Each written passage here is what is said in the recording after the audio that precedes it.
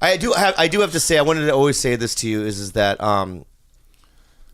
when you sprung into stardom, super stardom, but yeah, anyway. super stardom and Madison Square Garden, all that stuff, right?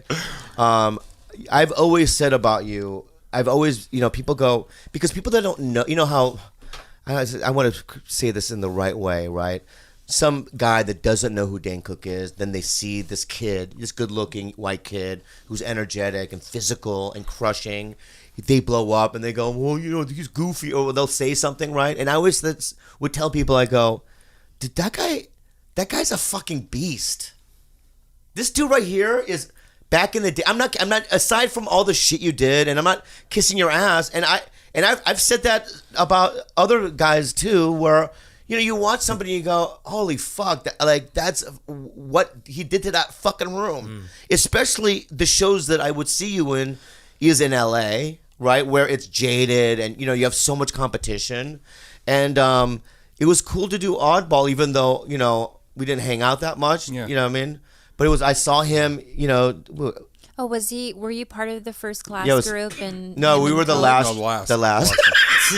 We shut it up. Did we shut it down? We shut it down. But that's not. I mean. No, I mean on the plane. Remember? He's really good because he parlays the laugh into the cough. Yep. Oh, that's really Have you good. see how he does that? I know your tricks. Blood everywhere. Strategy. Well, when we showed up at the Burbank airport. Yeah.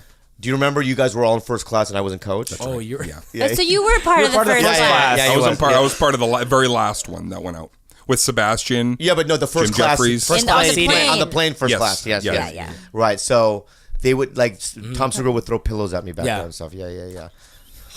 Because no one told me that my manager's like, no, I got the ticket. Then that I'm flying out with a bunch of comics. They're all gonna have first class. Why wouldn't you get me one? But sweetie, it's 2 hours, right? But I was just humiliated. That's all. Yeah. Yeah. But you guys made it nice. Yeah. We felt great up there.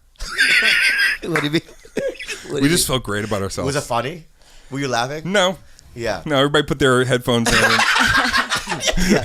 It was you, Sebastian, Tom Segura. What a great group. Yeah. What a great group. Yeah, it was fun. I was glad I could be a part of that one.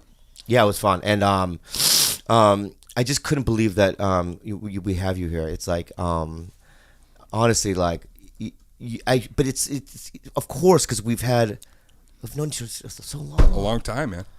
A long time. We've seen battles. We've seen, ups and downs, all kinds of shit. Like we're in the same war or something. Yeah, man, we've been on a lot of shows with incredibly prolific comics that aren't even with us anymore. The Freddie Sotos and there's a lot of dudes. We were on some really significant lineups, man. So I'm proud of our the legacy that we have laid, and just think of what's next.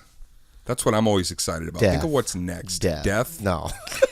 Death You're is right. next. You know what? You're right. Yeah.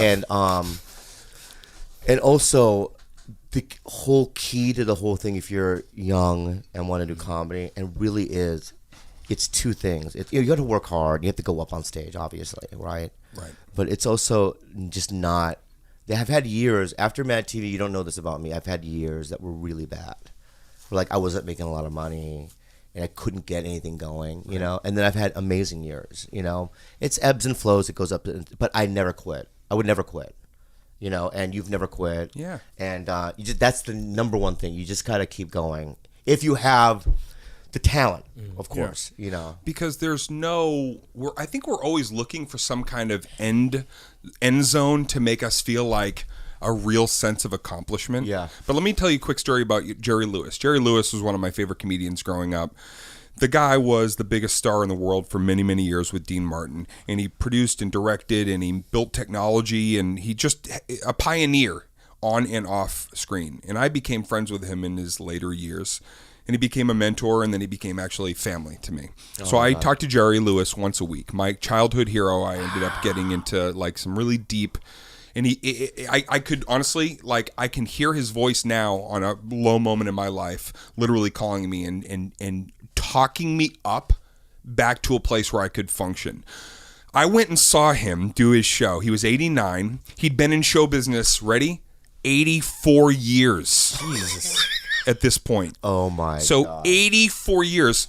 Every night Jerry would do his show. It was always the same show, and then the encore was questions with the crowd, and that was always new because the questions were real and random. So I would go because I liked seeing how he was during the Q&A. And then it was 30 minutes, all 6 times I saw him do it. And then the 7th time, he did about maybe 15 minutes, and then the woman came out, took him by the arm, and took him off. And I went backstage. And again, this is just to show you, this is what we are as comics. This is where we're always going to be. Jerry Lewis, 89, accomplished the world. Yeah. I go into the back, he's stewing. He's literally sitting in a seat, and he's rocking, and he's shaking his head. And I walk up, and I go, Jerry, is everything all right? And he grabbed me, he goes, they fucking lit me early. Wow. I had 15 more fucking minutes for Q&A. Wow. He still had shit He still to has do. that. He had we all have shit Oh where my God. you accomplish, you're already on to the next thing in your head. So just revel and live in that. Yeah, Get yeah. into a new place, get into a bigger place. Yeah. Push your fucking, I'm push gonna, your world out, dude. I'm gonna fucking do it. All right.